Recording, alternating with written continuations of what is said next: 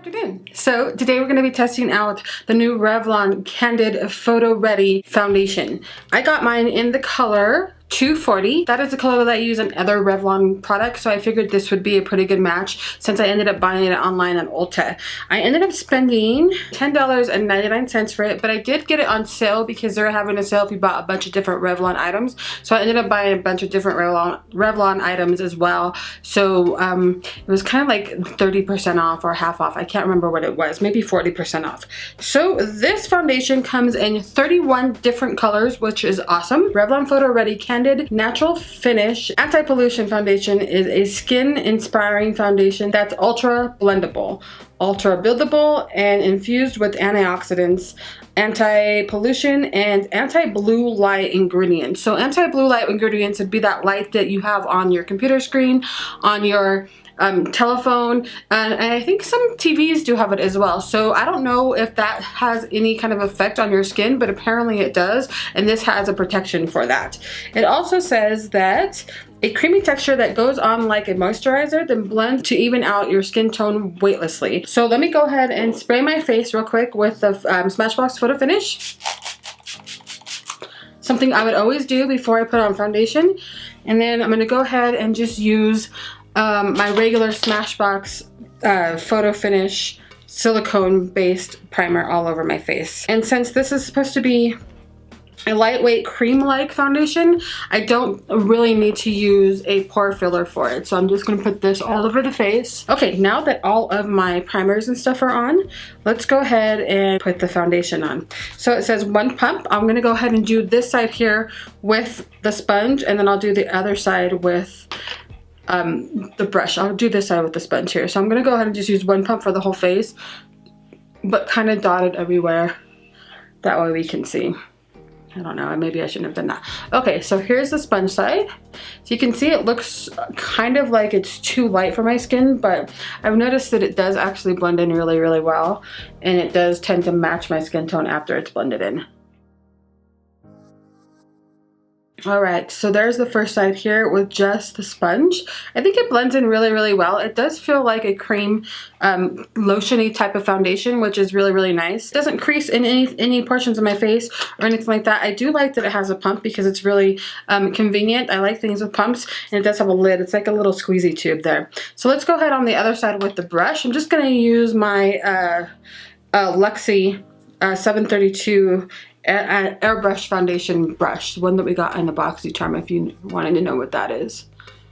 So I'm just gonna go ahead and just tap it on the skin, and then after I've tapped, then I'll go ahead and rub in. Alright, so let me get a little bit closer so you can see how it actually looks on this face. So here's the forehead. I think it does fine with the brush and with the sponge. I think I prefer the sponge a little bit better than I do the brush, because I feel like for some reason the sponge side you can get just a little bit more coverage, and I feel like it kind of sinks in the face a little bit better. I don't know, it's just, you know, my weird opinion on it, but that's how I feel about it. Here's what it looks down here. So it's not an actual full coverage. It doesn't claim to be a full coverage. It says buildable coverage, so that's good. I could always put a little bit more here and here where I have a little bit of redness. Let's go ahead and do that. I'm just gonna do like a little bit of a dab there. The nice thing about this pump, it's kind of one of those controllable type pumps, so you can just get as much product as you like and not have to worry about over producting your finger or face with this, because the pump is really nice and it does control the amount of product that comes out of the bottle. There we go. So I just put just a little bit more of that on some of the red portions of my face, and I think it did a good job of covering after doing that. Since this says it's like a lotion-y type of foundation, I expected it to be more hydrating throughout the day. You'll see as I do my check-ins how it's not hydrating for me, and it's really weird because my face is normally oily in the T-zone area. With winter being here and stuff, my face is a lot more drier than usual, so I do have a lot of dry patches going on right now. So I'm going to be able to show you what it does on those dry patches throughout the day. So I'll go ahead and put the rest of my makeup on. We're gonna call the time that I had this on. I'm getting such a late start today, but I'm on vacation, so I can get a late start. It's we'll say 2 o'clock in the afternoon.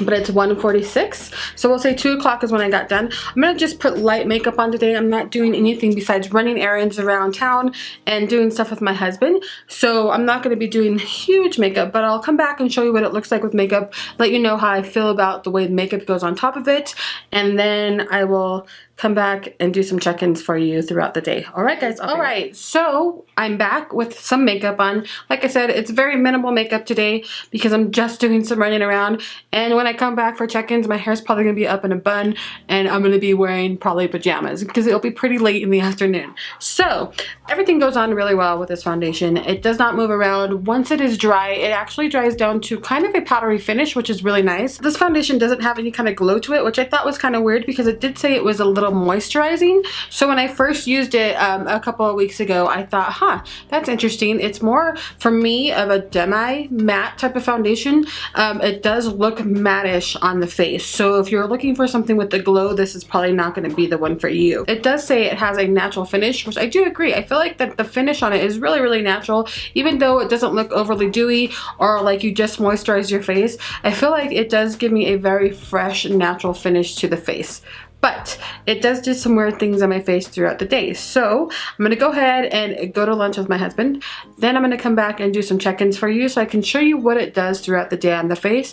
That way you can make a decision of whether or not this is going to be a foundation that you want to give a try.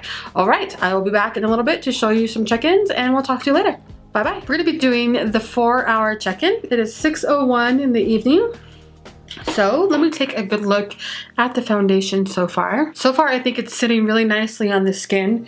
I did notice this afternoon when I was eating lunch, I did have a little bit of dry portions here. I think my oils coming through are really starting to take that away. My husband said the makeup looks really nice, so he thought it looked really nice. I'm just gonna go ahead and take a blotting sheet because I feel like I'm just getting slightly oily just on like my nose area and in my forehead. So let's see what we got here.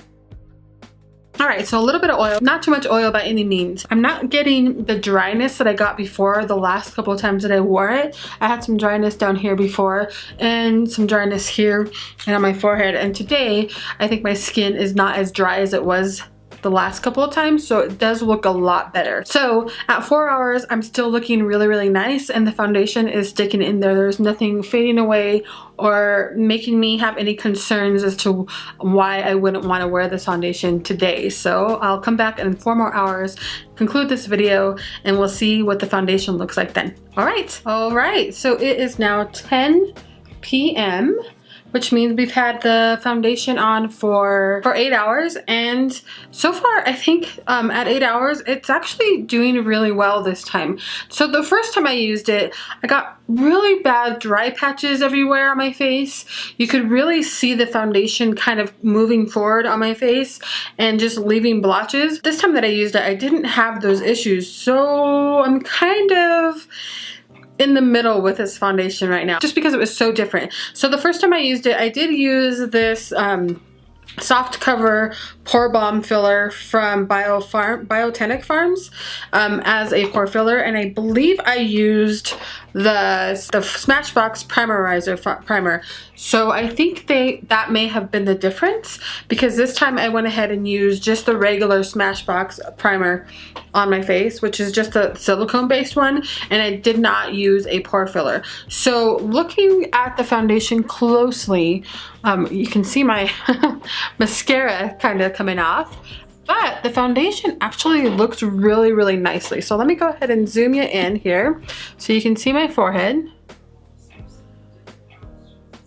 There's no creasing. It's not really gathering in my forehead. There is a slight, and hopefully you can probably see that in the video there, where it is kind of clinging just a little bit to some dry spots there on my forehead. It's still hung on really, really well here on the middle of my face and on my chin area. Let me raise my seat. It's doing really well as well. So I think it's doing really, really well with a different primer this time. I actually don't have any complaints about it this time at all. I think it looks actually quite nice on the face, and so I would say if you're going to pick this up and give it a try, I would say definitely use a silicone based primer with it if you have oily skin, just to see how that works with you, because I think it worked so much better this time around than it did the last time around that I tried it on all day. I'm gonna give this an 8 out of 10 just because I had an issue with it last time, but this time it worked really well on my face, and I'm actually quite happy with the final result. So I forgot to do a side-by-side because I just haven't done a foundation review in a minute, so hopefully I can maybe pull some side-by-sides off so you can see what it looked like at the beginning of the day and now. But if I can't, I forgot and I'm sorry. But I hope you guys enjoyed this review. Let me know if you've tried this foundation yet and what your thoughts are on it. If you like it, if you hate it, if it actually clinged to some of your dry spots, if you have dry skin, or if you are an oily skin person like I am, how it actually held up throughout the day for you. I think it held up really well today with just using a different primer. Alright, well, this is the end of my video, so I hope you have a great afternoon or whenever you're watching this, and I shall talk to you sometime next week. Bye!